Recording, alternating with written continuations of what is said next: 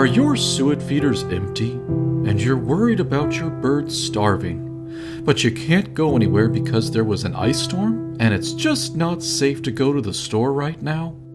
Yes, that's oddly specific. Well, don't worry, because the birds will probably be fine with all the natural food sources they've used for millions of years.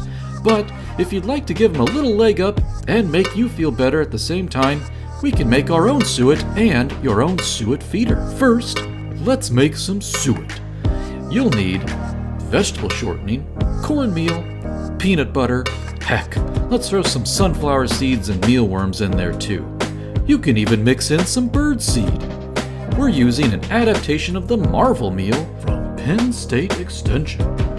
Begin by melting your shortening and then let it cool off a bit before adding it to the other ingredients. Next, we'll mix all of our yummy ingredients together. This looks delicious if I was a woodpecker.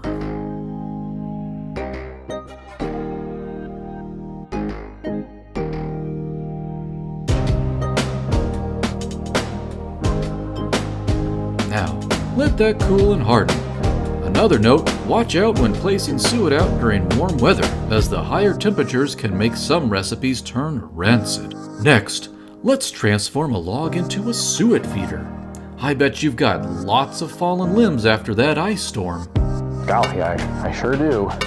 Now, we could smear the suet mix directly on the log, but we could fit even more by drilling some holes into the wood first. Use whatever large high-speed or paddle drill bit that you have on hand. It's time to figure out a way to hang this. We're going to use an eye-bolt screw. Pre-drill your hole to make it easier, and then screw in the eye-bolt. Use a screwdriver to give you more leverage. Now, let's slather that log in some homemade suet. Yum, yum, yummy, yum. Hey, Pooch, stay back. This is for the birds. Well, we're almost done. Now it's time to find a sturdy limb or a garden hook to hang your new suet log feeder. Now you can rest assured that you help give the birds some extra calories to get through this cold stretch of weather. Thank you, strange, disembodied voice. You're welcome. And as always, keep on growing.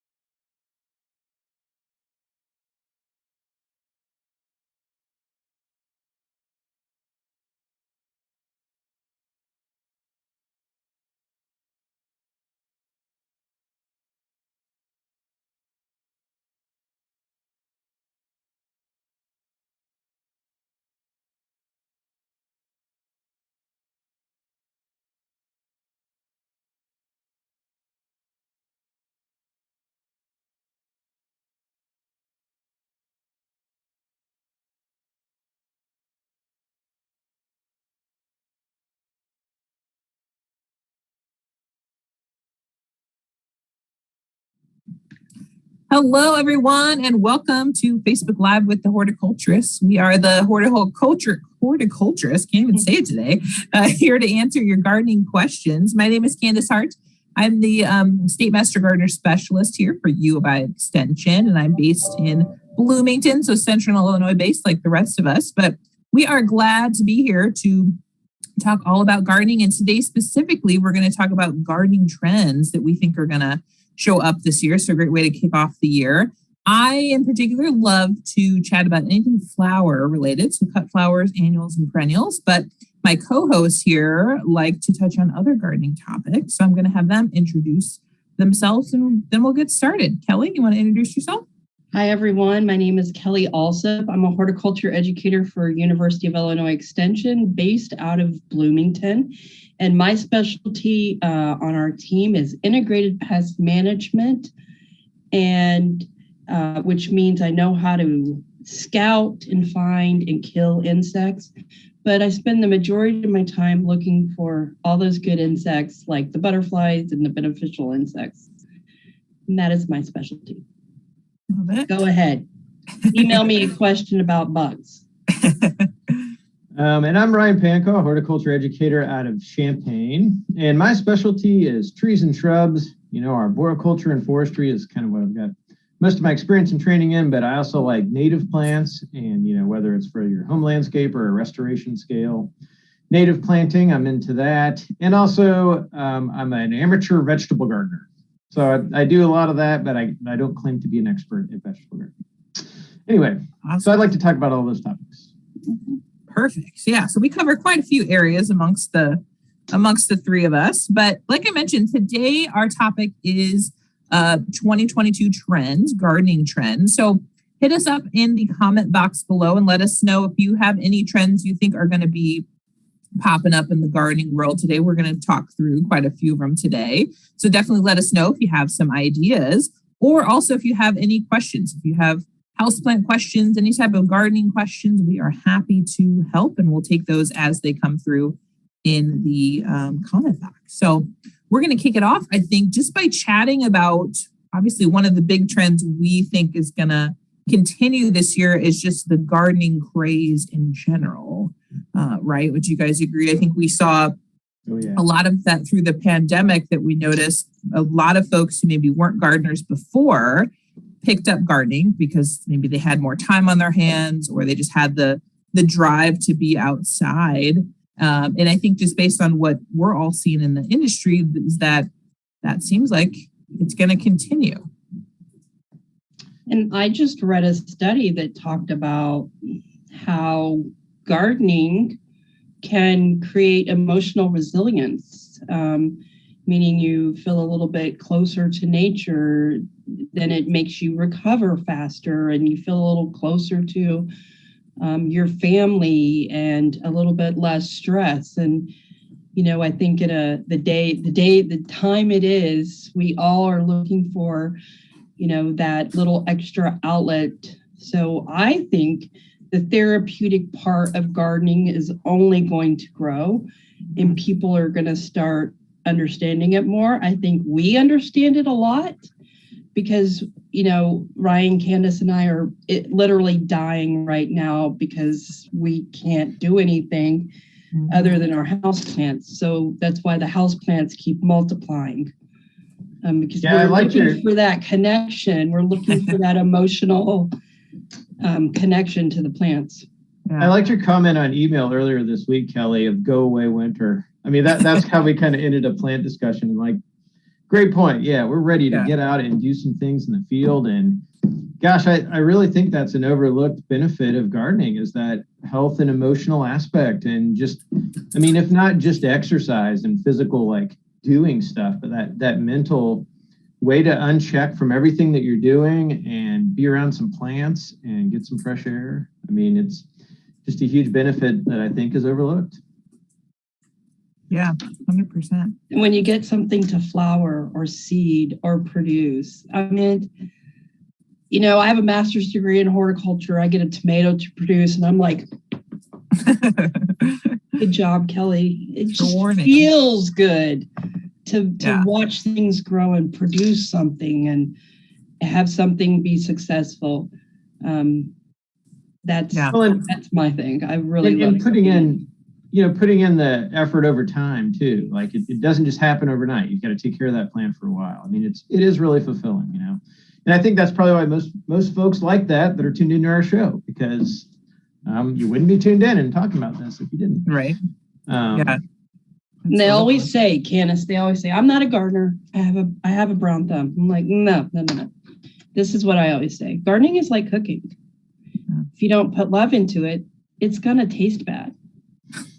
I like that. Yeah. Right? I mean, you can't just throw food, you know, it's like when your mom is cooking. Is your mom a good cook, Candice? I'm sorry. I don't mean to call her out. She is. She doesn't like doing it, but she is. Yeah. But, you know, it's like you could take the same recipe and it just doesn't taste as good, right? Because it doesn't have the mom's love. Yeah. And so I think, you know, for us, it's like I want to be around that plant. And, I'm not just, watering it once, one time and thinking I'm going to be a successful gardener. Right. Yeah, definitely. But really neat to see a lot of new people hopping into it. That's kind of how we started on this topic. And I think I'm sure both of you have seen that trend. I mean, that has been the trend the last 2 summers, just lots of new folks jumping into gardening, getting that awesome experience out of it. And I think that's going to continue to be a trend, and how it, impacts us as existing gardeners is it seems like, to me anyway, there's less supplies to go around these days. It's right. hard to find something as basic as tomato cages. I mean, we've kind of talked about on here seed shortages. Candice, haven't you already kind of ran across that this year? Yeah. I just got the majority of my seed order in the mail the other day, and I think I was able to get most of kind of what I was intending, but I also ordered these in might have been November, maybe December. So like I was probably a little bit earlier than kind of more of the beginner gardener might order their seeds. So I think I was a little bit ahead of the game, because I knew because that was something that popped up in the last 2 years, is that we've got a lot more people ordering seeds, which is awesome, but it also means that we need to plan a little farther ahead if we're looking for something specific, right? And in the spring, you'll see all these articles, and they'll come out with trendy vegetables and trendy perennials. And then you won't be able to find those plants anywhere, right? Or be able to order them. So sometimes I hate doing those types of presentations, the new and improved, because I want people to be able to find them. So, and that's why Candice, orders her seed online, because she's looking for a particular cultivar that grows a certain way. Yeah. And, it's like, I want to do seeds and peppers in containers this year, and I don't want to just go buy the seeds and peppers that I find in the industry. I want to buy more compact plants. So I have to order seed. Yeah. And I ordered all flowers, of course. And so, for example, marigolds, I'm going to expand kind of my marigold production this year, because they were just awesome last year. But I'm looking for a specific cut flower marigold that's going to have a 24-inch, 36-inch stem on it, versus the typical kind of bedding plant marigold that I would find at most kind of garden centers. So I'm definitely looking for kind of more specific. Yeah. Absolutely. But it does seem like some of the more run-of-the-mill stuff I wasn't seeing a shortage in, marigolds are a good example. We plant some of those that we buy as little plugs just around our vegetable garden for looks. Yeah. I was able to get those fine, where it was maybe some of maybe not tomato plants, but some of the other vegetables that were a little more difficult to source as seedlings, as well as seeds. Yeah, definitely. Laura asked, any great plans for raised beds and or potting benches?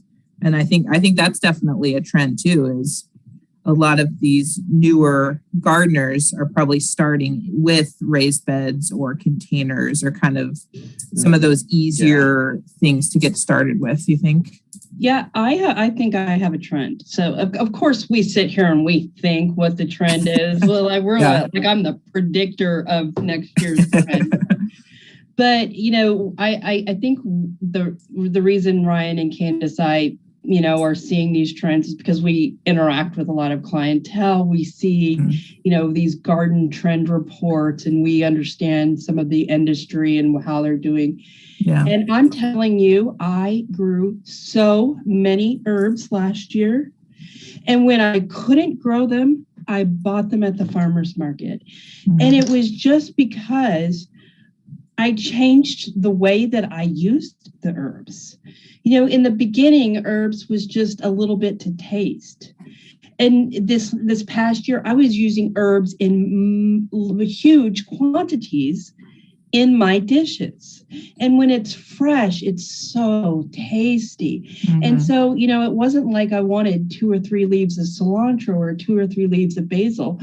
I wanted to harvest an entire plant every meal. So I was just growing herbs like crazy. And then another thing is I love incorporating some of those perennial herbs into the landscape. And then for the bees, because, the oreganos and the lavenders, the bees love those little tiny flowers. And so even if you don't harvest, which a lot of people do grow herbs and then they never harvest it, right? Or they'll never use it. I do. Yeah. I do that too. Candice. I do I have good intentions every year. I fill a bunch of containers with herbs. I'm like, yeah, I'm going to cook with these. And then a lot of times I don't, but they look great in the container either way. So I don't really care. And I still enjoy why do it. they look great? Because I'm sorry, herbs are like the easiest plant in the world to grow. You can practically throw them on the ground. Don't water them. They'll be fine. Yeah. Well, don't do that. Plant them in the ground and give them water. Yeah. But they're so easy to grow. And if you forget to harvest, you can just let them go to the flower and the bees will like them. But, I grew many containers of cilantro, basil, parsley, thyme last year, and I was just using it like crazy. Did you use a lot of herbs this past year in your cooking, Ryan? Yeah. We have a little herb garden outside our kitchen, and I mean, it's definitely under harvested.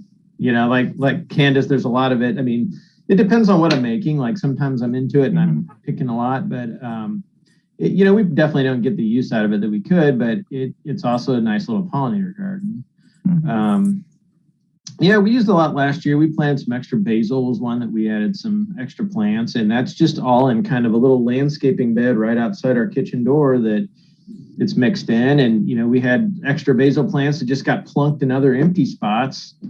And, we typically make pesto with those. A lot of the basil we'll harvest is, in a big chunk and make a giant thing of pesto. I mean, some of it we didn't get to, and it went to flower, and there you go. It's a pollinator plant out there, and filled a nice spot in the garden as an annual for the year. And I don't regret it. I think we got a bunch, we planted it, and if we didn't have time to harvest it, no sweat. It goes for another use in the garden as well. So. I did a lot of sensory play with Asher too. Just so you know, 3-year-olds are normally little jerks and pull the plant out of the pot and then look at you like, what's wrong? What happened? And so, I'd get him to tear the leaves off the basil plants and smell them. And he just really, really interacted with the plant. And that made me feel like a good mom to get him some little sensory interacting with those herbs. Yeah, that's perfect. That's what you want. Cool. Okay. Well, if you guys have trends you think are going to be coming up, let us know in the comment box. Or if you have gardening questions, let us know. We are happy to help. We are just going to keep chatting through kind of what we think we're going to see this year. Because like Kelly said, we're not experts, certainly in this field, but we do definitely, I think, have a pulse on kind of the industry based on what we're seeing. So far, we think the gardening craze is going to continue. There's going to be shortages probably this year again, and you need to plan ahead. And we were just talking about vegetable gardening and herb gardening. I think that's still going to be one of the more popular kind of fields of gardening. And I think what's great about that is this is an easy starting point. You can start with one tomato plant and start there. It's a great way to get started. And I think another one that's a great place to start if you've never grown a plant before, of course, is houseplants, right? I think we all have seen the houseplant craze, which I love because I love houseplants. And we've talked about before how we're seeing all of these new houseplant stores popping up in our communities that weren't there pre-pandemic, which is really awesome. So I think the houseplant trend is definitely going to continue. What do you guys think? Oh, yeah. No, can't even imagine. But here I wanted to show you. Remember the Venus flytrap? I know if you guys watched the Halloween show, we talked about Venus flytrap, and I told you that I have to water it with a special water. And many horticulturists struggle doing these carnivorous plants. And so this is what it looks like. But hey, look, it's still alive. It's flowering. And this is the other one. The other one has one trap left, and it's flowering. So that was a very nice surprise. So even though this is not going to stay around forever, I thought I'd share that flower with you guys. That's pretty good. That's probably longer than I've ever kept any of mine alive. So that's pretty good. I've been using rainwater. Okay, there you go. and keeping it in the little thing that it came in to keep the humidity high. And I still have, if I'm gone from the office too long, it dries down a little bit. And I think that's the problem, is I let it dry down too much. But I'm super happy with myself. Yeah, let's see that flower again. I've never seen. Yeah. Can't even imagine. Well, it's just barely in bud. Oh, cute. Yeah, pretty cool. Who knew? But that's also a sign that the plant's like, I'm going down. I need to survive. Let's shoot up a flower, right? When I saw the flower, I was super excited, but I was like, time to be done. It's gonna die. Yeah. Real soon. But you'll enjoy it in the meantime. But I will enjoy it in the meantime. And then I wanted to show I got this plant. And I got this with Candice. I think we've already talked about it, but I'm obsessed with these, how what was it, 2 years ago, I was obsessed with jungle cacti and couldn't get enough. Now I have them all over my office. Now I'm obsessed with these string of everything. And this is string of needles. Yeah. And it just how do you grow this plant? So what I had to do was I used this and I let it drape over the top, because normally this would make a lovely hanging basket, right? Yeah. Just a really cool plant. It's got these weird growths on them. Oh, yeah. Huh. And I think you bring up a point that yes, the houseplant kind of craze in general, I think is gonna continue. But what I've noticed is really interesting is that people are almost collectors. There's a lot more people like us who are very into a specific type of plant or group of plant, or they just want to collect kind of all the unique ones. So I think the trend of unique houseplants in particular is also going to be we've showed our Raven ZZ plants several times, because Kelly and I both have one. I see hers back there.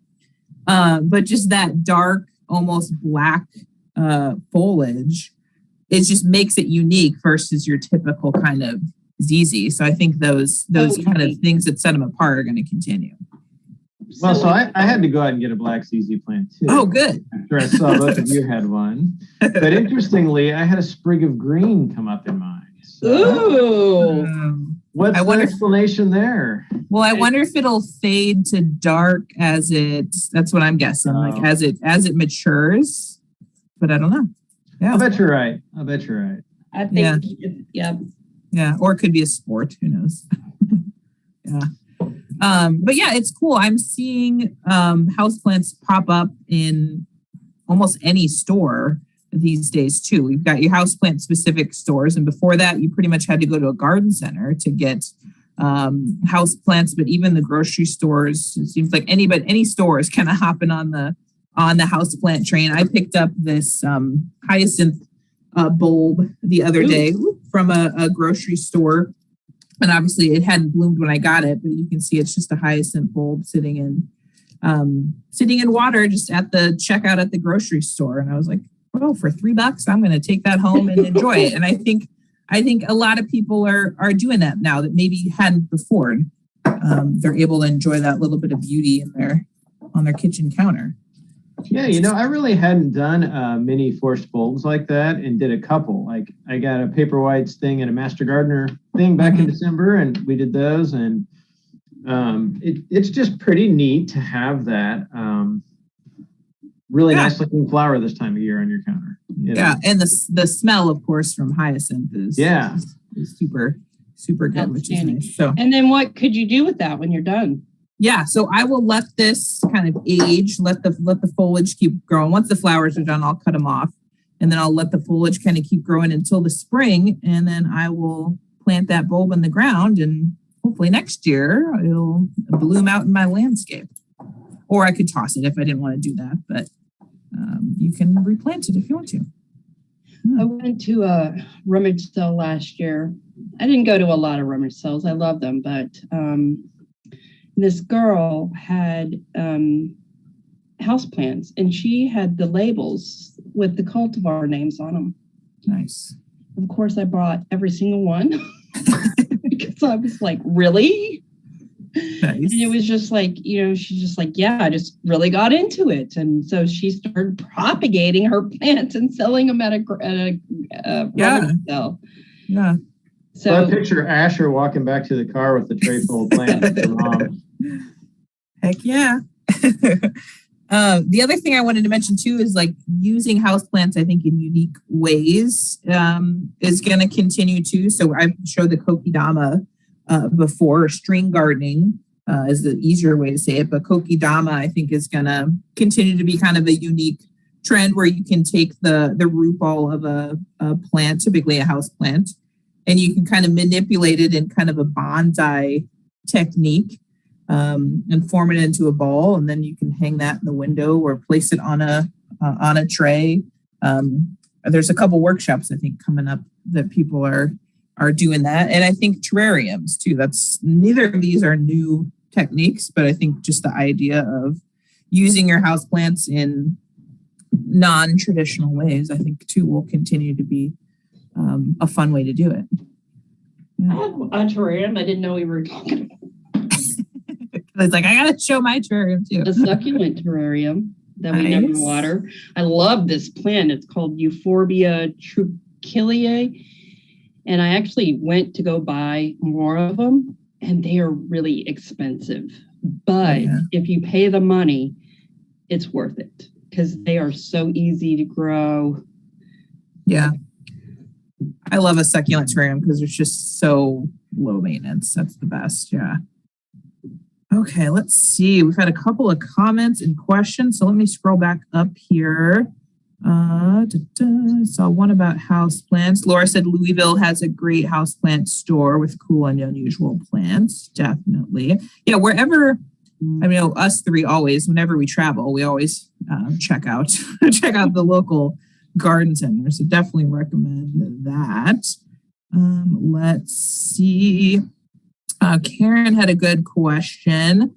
When to winter seed milkweed? I know kind of native plants is one of those ones you're going to touch on today, but if Karen wanted to seed milkweed, should she do it now? When should she do it? Forgive me, Ryan, for taking your thunder, but it's about 4 to 6 weeks of vernalization that is required. I put my seed in the refrigerator for 6 weeks. And then when I go to germinate it, what I found is the money is it needs warmth. If it doesn't have warmth, it's not going to germinate efficiently. And the reason I did this was because I had them germinating inside, and I started in April. And it was just slow, and it wouldn't germinate. And I was germinating many of them. And so I just kicked them outside. Horticulturists do this all the time. Kicked them outside. And once they got that warm temperature, they just germinated. Now, I personally, as a horticulturist, would germinate my seed before planting the plant in the ground, rather than direct seeding to the ground, just because I think, when you direct seed and you start watering, how do you know what this seedling is versus a weed seedling? Mm-hmm. But yeah, I was very successful in growing plugs last year. I just had 4 to 6 weeks of vernalization and warmth. I don't know about winter seeding. I know that you can, some gardeners will actually throw seeds of milkweed out into their garden during the fall. Yeah. And then in the spring, they'll start to see little sprouts come up. Yep. I've done that before. Yeah. And I would think if you did it now, you'd still get, 4 to 6 weeks, you would still get enough cold temperature. Yeah, sure. I've done it both ways, just spreading seed in a little patch. And I guess how I've done it is just use little stakes to mark this patch and just try to get, a good amount of seed in there. I don't know what a seeding rate for milkweed would be, but, and then, kind of let them come up and try to differentiate between weeds and maybe not let every plant in that patch if you get some good germination come up. But I found, with milkweed seed, in my experience, it's spotty, it's not awesome germination all the time. And we've done it we do trays of it, and my wife's a farmer's market manager, and for National Pollinators Week every year she has those plants at the farmer's market, maybe sells for a couple dollars, or I think sometimes they give them away. But Nice. we do that for our own landscape, for her projects and things. And just, yeah, it definitely needs that cold period. Of course, we know that's a requirement. But even once you get them in the trays, I plant more than I expect to need, because I find some of it, just for me anyway, seed I collect and handle myself,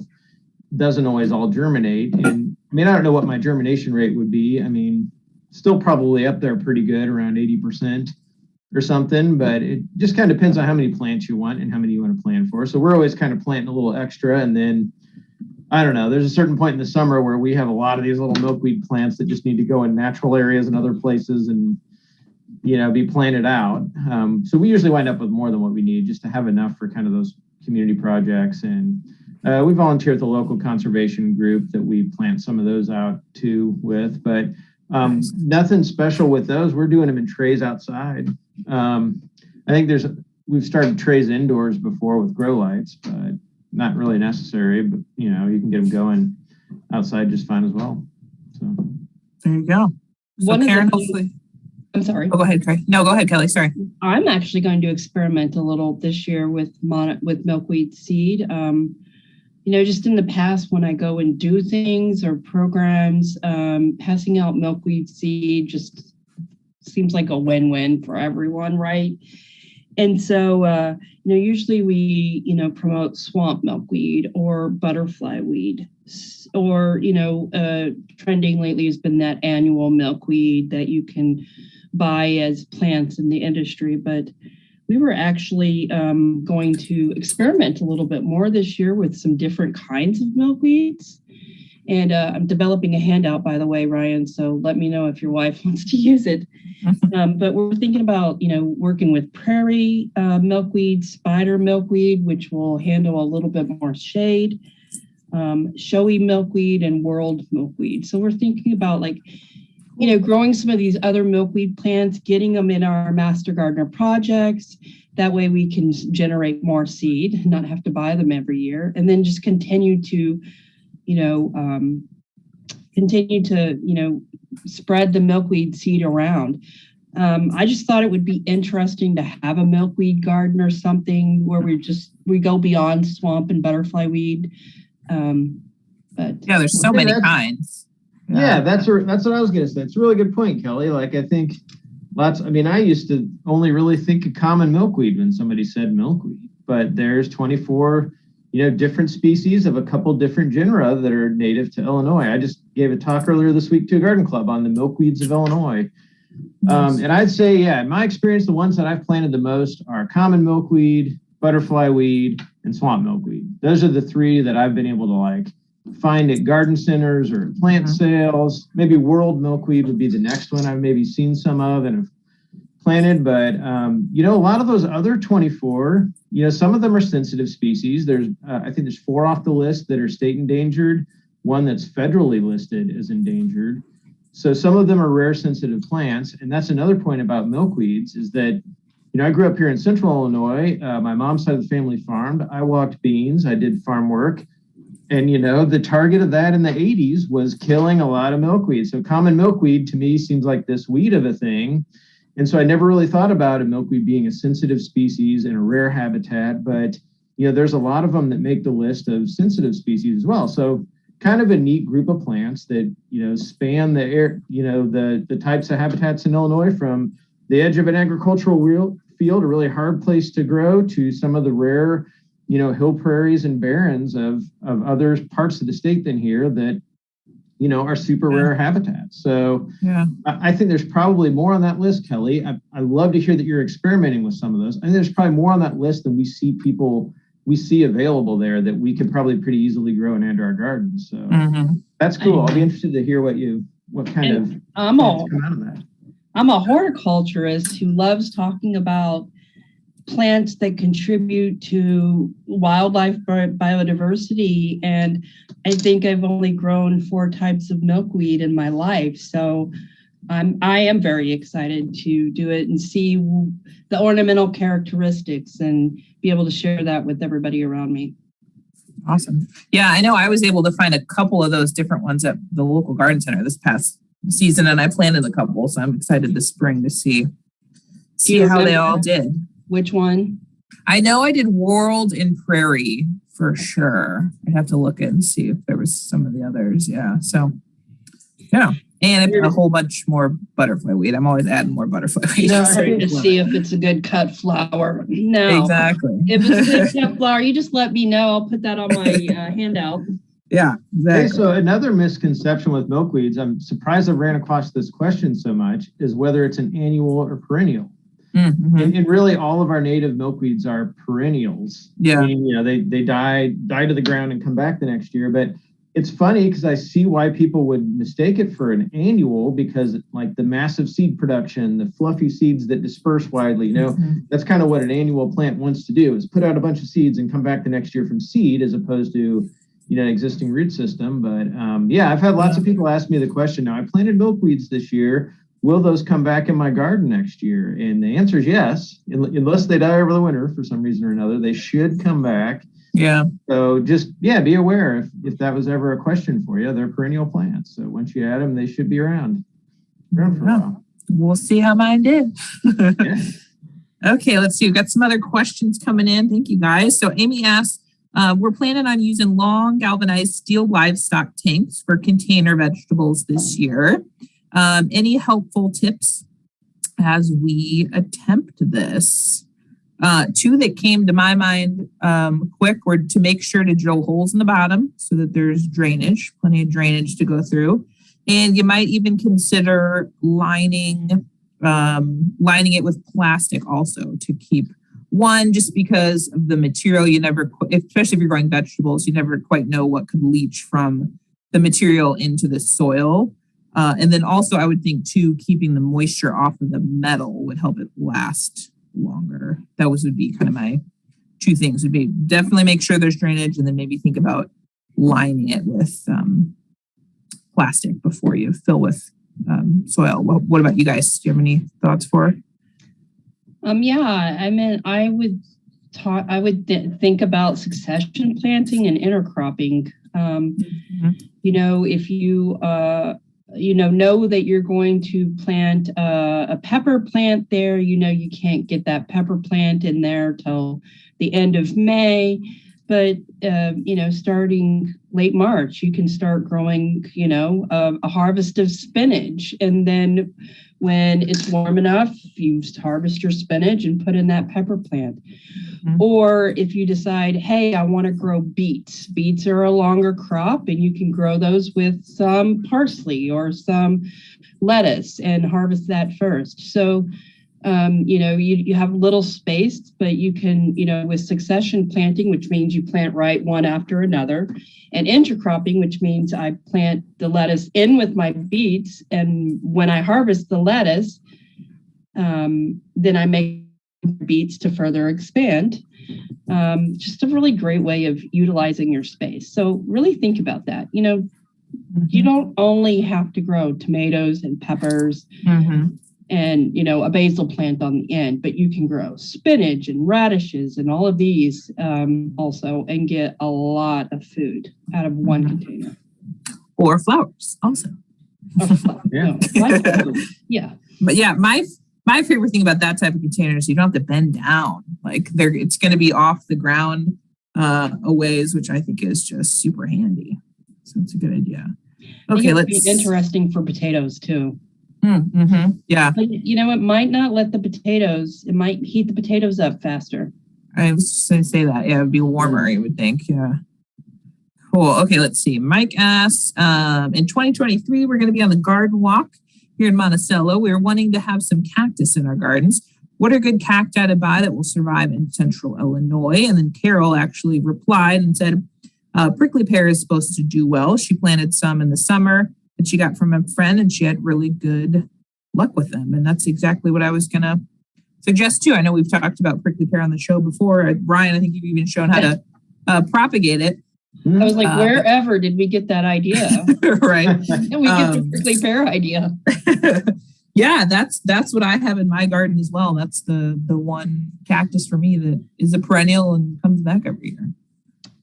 There's not really others I don't know of any others, honestly, that would in the garden that would survive besides prickly pear. So, I mean, yucca is technically a succulent, or stems, or yeah, it would give you that vibe all too well. Yucca seems to. Yeah. Okay, let's see. Nina asks, are palm trees really indoor plants? She said, I've tried and failed every year to bring my outdoor palm in, and it never survives to next summer. What do we think? Temperature? Or humidity. I was going to say humidity too. I wonder if it just dries out too much. I mean, I've been shocked to start to look at humidity indoors at our house and see how low it is in the wintertime, and it's just shockingly low, like 30% or below in the house, where, in the summertime, I mean, what's our relative humidity outside? Like 100% sometimes in the summertime, but still even in my house, it's not getting up much.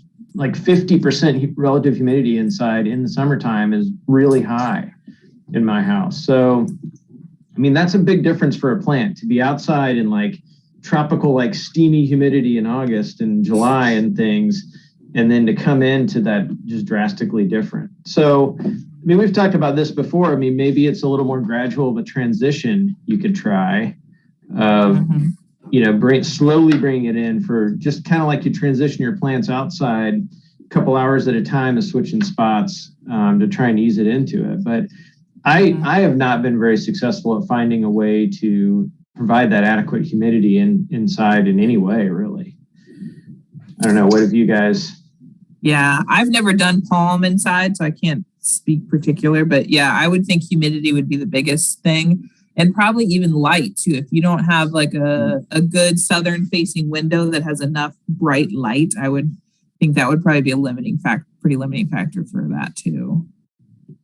So maybe if you do try it again, maybe try some different locations around the house and see how it does. One thing I think people, again, normally, non-plant people tend to overwater their plants because they don't check to see if the plant actually needs water, and they just dump water on it. Yeah. But I think what we do is we think it's winter, I don't have to water my plants quite as much. But that goes back to Ryan's point. There is no humidity, and you have that heater cranking. So actually, I water my plants sometimes just as much during the winter because of that heat and that low humidity as I would if they were outside. So I'm constantly checking my plants. I was just going to say that you're checking before you're doing it. You're really you're lifting it up, seeing what the weight is like, sticking your finger in the potting soil to make sure it is actually dry before doing it. Yeah. So one of the things that people this is the question we get asked all the time. First of all, people always ask me if it flowers. Anytime I talk about a plant, if it's a flower, if it's an angiosperm, it flowers. So if we're talking about it, it probably flowers. Yeah. The question is the flower ornamental? Okay. But one of the things that I do is I always check the bottom. I'll stick my finger. This doesn't have a hole in the bottom, so I'm breaking the rules. But you can take out the one inside it though. Yeah, I'll check the bottom. And if the bottom is dry, I'm ready to water. Because a lot of people will look in the top and, it may be dry the top inch, but the rest is wet and you don't need to water it. So that's my, that's why I think I'm good at growing plants, is because I have a PhD in watering. And it's only because I used to work in a greenhouse, and those were the decisions I made every day.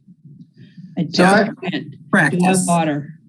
I think those are really good points on checking. And I think a mistake I've made before is I check one pot and it's like, oh, that's dry, I better water them all. Because you want to kind of get it all done at once. But yeah, every pot is a different size. And if it's in a different location, it's like each plant needs its own check. And that's what I think I've done before. It's just like, oh, one needs watering, I'm going to do them all today, and that's not a good idea. Yeah, especially that's hard though when you have a lot of plants. You're like, oh, Yeah. it's so much easier to do it all at once. But Yeah. it's not what I do. I mean, Yeah. I check each individual plant. I mean, of course, if the soil is receding from the side of the pot, I don't have to check it. But Yeah, sometimes I it's do easy to check tell. each individual pot. Well, again, Candice and I used to work in a greenhouse where we'd walk into a room full of 80 different kinds of tropical plants in different sized pots. And we knew we couldn't just water the whole room. Do you know what I mean? We had to sit there and go, oh, this plant's good. I'll water this one, this plant. You know what I mean? Yeah. It's funny how over time, I don't know if you guys have noticed this or not, but that potting soil, as it gets old and crusty and things, it just doesn't hold moisture as well too. So like a lot that I repot, then it's like, oh my gosh, I haven't watered this for 2 weeks, and it's because I don't have old crusty potting soil in there. Like, so it, at the right time of year for plants, it's good to repot them and just kind of replenish the potting soil that's in there, if nothing else. Yeah. And I don't bump them up too much. Like I'll go from a 6 to an 8, or I'll bump it up a little bit. My mother-in-law tongue is staying where it is. I'll bump them up in the spring just because of the watering factor, because I don't want to have to water quite as much. But yeah. Or it's funny, sometimes the size pot they're getting repotted to is based on what's out in my garage is empty. Yeah. So I'll start doing one plant. It's like, oh, we should do that one. And then it's like, oh gosh, I didn't get a pot for that. And yeah, so I think a lot of times that's made it just be like a tiny size bigger. But yeah, I think a bad mistake is going from tiny pot to like a big, huge pot. And I know a lot of people think like, oh, I'll just repot this plant once and, this will be its size pot for the next 10 years. But, Kelly, you've talked about it before. That can kill some house plants, so. It is not a good, clearly, it's watering is so different. In the beginning, you have to really baby it, and then you have to manage that empty soil for such a long time. You're bound to get disease and fungus gnats. Good recipe for fungus gnats. Oh, yeah. Okay, let's see. I know we've had some other questions. Great questions, everybody. Let's see. Reva says, I'm planning to create a multiculture herb garden. So that's awesome. She's an Asian, Italian, Mexican, and French provincial. Having difficulty finding seeds for things like Mexican oregano, tarragon, spicy basil, as well as thyme and sage variations. Any source recommendations? So we can't particularly share kind of one source over the other, but any general tips for her maybe to help find some of that stuff? And go to a higher end. There's a higher end place. When we have several high-end greenhouses here in Bloomington, but one of them in particular just tends to have a better selection of herbs. And they really go crazy. And they sell out. So by the time you're, you go early to get those. So I would say, and I was finding, different kinds of thymes and lemon verbena and lemon balm and patchouli. I was finding all these really unique sensory herbs there. So I think, it just might be up to the greenhouse. I think it always pays to ask. Yeah. I've been surprised at what garden centers and nurseries have come up with when I've said, oh, I want a witch hazel or whatever it is that they don't have. And then they can order it or get it, or you're at least putting in a vote for next year's inventory to say like they should have these other herbs. But anyway, always worth asking. Or they'll tell you to go to their competition. I mean, this happens to me all the time. I'll be like, oh, do you have this? Oh, we don't have it, but I know blah, blah, blah has it. They just know what each other's selling. Yeah, and that's good. That means it's a good garden center, yeah. I was going to tell you, too, to see if there's a local herb association, too. I know in our area, there is an herb association that does a sale every spring. So you might be able to find some interesting stuff through there, too. Let's see. Good questions. Susan had a comment. She said geraniums can be a great activity with children, can use to demonstrate evaporation and condensation. Awesome. That sounds like a cool activity. Brenda asked, ideas for the Annabelle hydrangea in preventing branches from falling and drooping. Hydrangeas are one of our favorite topics. Yeah, I've got any tips? What is it? Go ahead, Brian. A couple plantings of Annabelle at my house. That's probably my favorite hydrangea. I've done everything from trying to prop it up with some little stakes and twine to not doing anything. I mean, that's kind of what I've done the last couple of years too. Just some pruning to shorten the stems can help with that flopping over. So you've got maybe younger stems coming up out of the plant. So I like to do the removal of about a third of the biggest stems. And I think that's probably been the most successful thing is when I have my act together and actually do the pruning. But also, I mean, I kind of like the floppy look of it too. I mean, I guess it depends. Like some of them really do almost lay on the ground, where my patch isn't quite like that. But yeah, doesn't it have something to do with watering?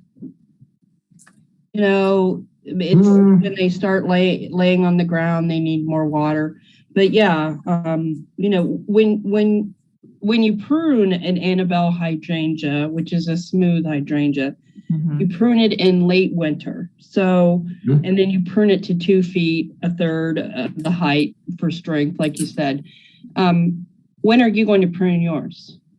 What's late winter to early spring for you? I always think that now, all this has to do with your time that's available. And so for me, within family life and everything else going on, it's not always the perfect timing. But if I have everything squared away and I'm picking that perfect timing, I really like kind of the February range where we're out of like extreme cold. We're starting to see a little bit of warming where you're going to make that pruning cut.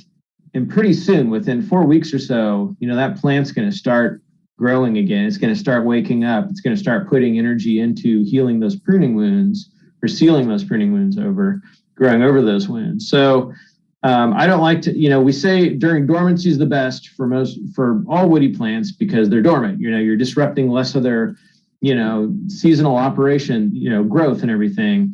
But if you can time it, the best timing, in my opinion, is late in the year. So you don't have those wounds open all winter with nothing going on.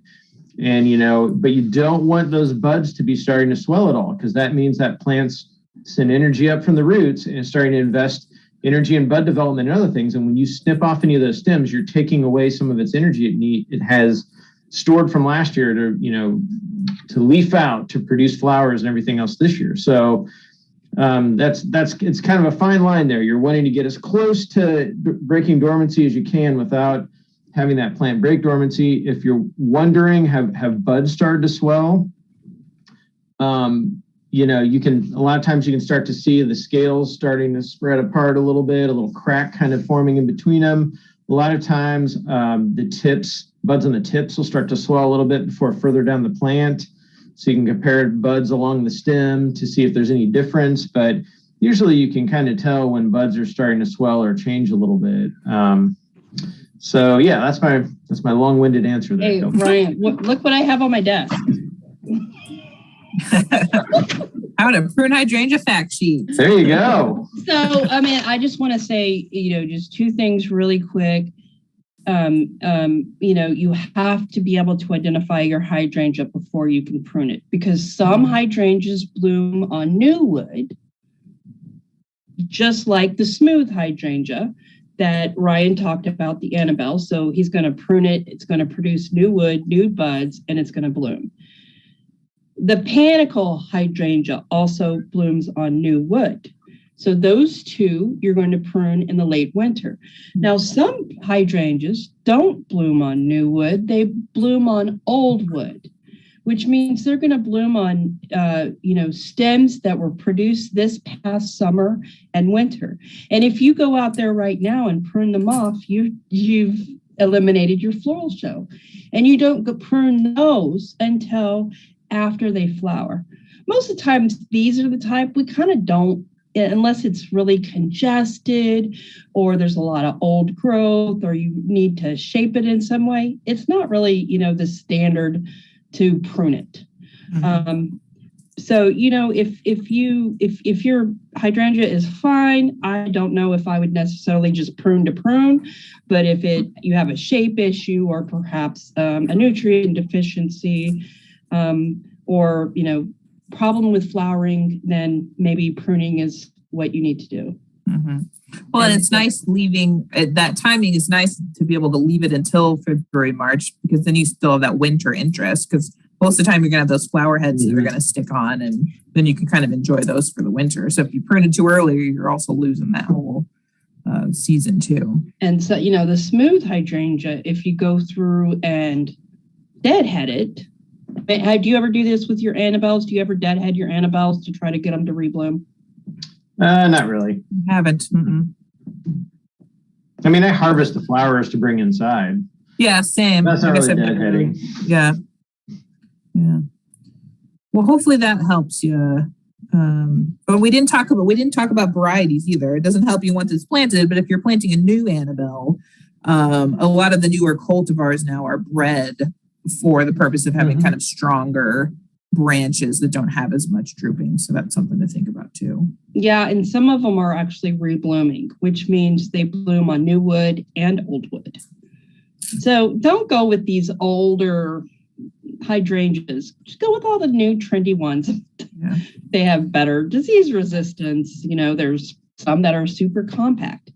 Now, are you going to find them the middle of June at your local garden center? Absolutely not. When do you need to get there, Ryan? As early as possible this year. Mm-hmm. Yep, early in the year. I know I waited till later in spring to try and get some stuff that was just gone. I mean, plan ahead. Yeah. And it's not that the garden centers aren't trying to keep up. I mean, they have supply issues. I mean, if they can only buy so many hydrangeas, that's all they can buy. Ryan, you were talking about, people who are interested in landscaping type of services that we never addressed. Oh, yeah. I mean, I guess what I've seen, at least in the Champaign-Urbana area, is that I think it's pandemic related. A lot of us are at home and are sitting around in our backyards wanting it to look nicer or cooler. And gosh, we hit about June or so last year, and a lot of the landscape companies around Champaign-Urbana were booked. It was hard to get very big projects done, and not just plant. I mean, I'm talking anything from planting a single tree to hardscaping type projects. I needed to have a patio done that was really hard to get worked in last year because of all the demand. So I guess the recommendation is, if you know right now that you're going to need some landscaping help this year, to really get on the schedule as soon as possible, so you're not passed up in the summer rush this year. So that was a surprising spin-off of the pandemic we hadn't thought of. Yeah. Plan ahead for everything, basically, is the message. Get it early. Okay, let's see. We got a couple more questions to get before we wrap up. Susan had a follow-up comment that was supposed to say terrarium instead of geraniums for activity with kids. That makes more sense, Susan. I was like, yeah, geraniums are pretty easy to grow. Can't be geraniums. Awesome. Let's see, a couple suggestions for seed recommendations. So thank you guys for chiming in. We've got a couple other ones from YouTube. Nicole says, I'm going to try my hand at growing plants from seed for the garden, especially vegetables. Do you have any recommendations for the best setup to start your seeds? Are these seed starting kits any good? So we got about 5 minutes left. Any quick tips? You should read my blog, my Flowers, Fruits, and Frass blog, and I do a seed article every single year. I have this starting seeds like a professional. And I just tell you exactly how I started seeds when I was in the greenhouse and, covering them with the plastic and being super careful in my watering. And so that would be a great article to read. And I suggest that you go for it and have fun and, don't get discouraged. Because one of the things that I've just noticed is some seeds, they'll practically jump out of the pot in a day or two. Some take a lot longer to germinate. Yeah. Yeah. And read the packet too, so you know kind of that a little bit ahead of time. I was just looking at mine, and I need to kind of get them organized by the ones that I need to start 8 weeks ahead, and the ones that I need to start 10 weeks ahead, and kind of time them out. Yeah. I'll get my plastic inserts, and then I'll do my little divot, and I'll put 2 seeds per hole. But one of the things that I've been doing lately is I'll get what the strawberry, what's the plastic containers called? Clamshells. Like the strawberry clamshells, where I'll just put soil in it. Yeah. I'll just dump seed on top of it, water it like that, and then I'll just gently tease the seedlings apart and either pot them up or plant them in the ground. And even though you got to be careful with the watering in the beginning, it's just a really easy way to start a lot of seed. Yeah, it's faster than doing individual. Yeah, I think a mistake I made beginning at seed starting of vegetable plants is that I thought I could do it in my south-facing windowsill. And I just never, tried that for a couple of years, and I had really, really good south-facing, floor length windows, and even rotating and turning and things. I think it wasn't until I got overhead grow lights that it really was worked out for me. And so they don't have to be anything fancy. I built a set of grow lights out of scrap wood and just, the big long tube lights, bought some cheap fixtures for that, where you can nowadays, if you want to spend the money, you can buy really nice racks that are on wheels that have the lights built in and everything. So there's a lot of options, but it doesn't have to be a super expensive light setup if you're willing to scrummage for some materials and make it yourself. It can work. Yeah, that's what I'll be doing probably the next couple weeks. I just have a basic metal rolling cart and the super basic fluorescent lights that I zip tie to the top. And it'll go in the garage, which is heated, of course. But that's how I'll get mine. It's not about the light during germination. It's about the heat. Mm-hmm. It's not that he's not getting enough light in his south-facing window. He wasn't getting enough heat to get those seeds germinate. Now, after the seeds germinate, the light is very important, or you'll get really leggy, crazy-looking plants. But that's why fluorescents are working for them, because it does put up a bit of heat in the beginning. And sometimes in the greenhouse, we use these heating pads underneath our seed flats, and you can find those in the industry just fine. But stuff like marigolds and zinnias, don't even waste your time. Tomatoes, you're fine. But maybe peppers, a little bit more difficult to germinate. I would baby them a little bit more. But you would not believe how many 17-inch tomatoes I see. People, you start your tomatoes too early, way too early. Yeah. If you're going to plant your tomatoes on May 15th or June 1st, which is the standard time for warm season vegetables, you're not going to start them in February. That's just way too early. You're just going to have to struggle with keeping these tomatoes going. I'd rather have a smaller transplant than having a super leggy, because then it's just off to a not great start. I'm 4 to 6 weeks. I want to plant this big when I transplant it into the garden or the pot. I don't want big, huge plants. Okay. Yeah, definitely a mistake I made. Starting them too soon because you think you're getting ready early. And while my plants were leggy, I just had my whole grow rack was just a jungle. And then what I planted out there was not as good of a plant as if I had something smaller. Yeah. Yeah. Very good points. And when you plant your tomato plants, you plant them up to the top 2 leaves. So if you have a 14-inch plant, you're going to dig a 12-inch hole. And you put that whole tomato, because it's a vine and it will create root initials along the entire vine. So you need to plant your tomatoes deep. And the deeper you plant, the better off you'll be. Yeah. Just don't do that with everything else. Just tomatoes. Yeah, just tomatoes. Just the tomatoes, because they have the root initials on the vine. Yeah. Okay, cool. Finishing off, we got one other comment. KC commented over on YouTube, said they like seeing all the houseplants on the show. Awesome. She said they've had a favorite plant that was a peace lily that belonged to their grandmother who died in 1973. So Love that sentimental Wow. value of some of those Wow. crystals you can keep. We need that's to impressive. propagate that plant. Yeah, right. That is a Awesome. very Well, long growing plant.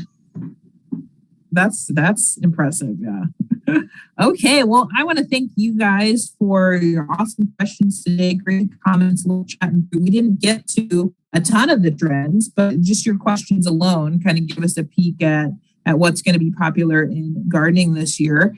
We will be back in about a month. So February 17th will be our next show, same time, same place. But we're going to be talking about garden planning and scheduling. So getting into all of that. Make sure you check out our Facebook group as well. We have a University of Illinois Extension Horticulture Facebook group, and we'll get the link for you in the comments. So if you have questions between shows, you can head there. Thank you guys for watching. We'll see you next month, and stay with your plants. Enjoy some gardening inside. We'll see you next month. Thank you, everyone. See ya.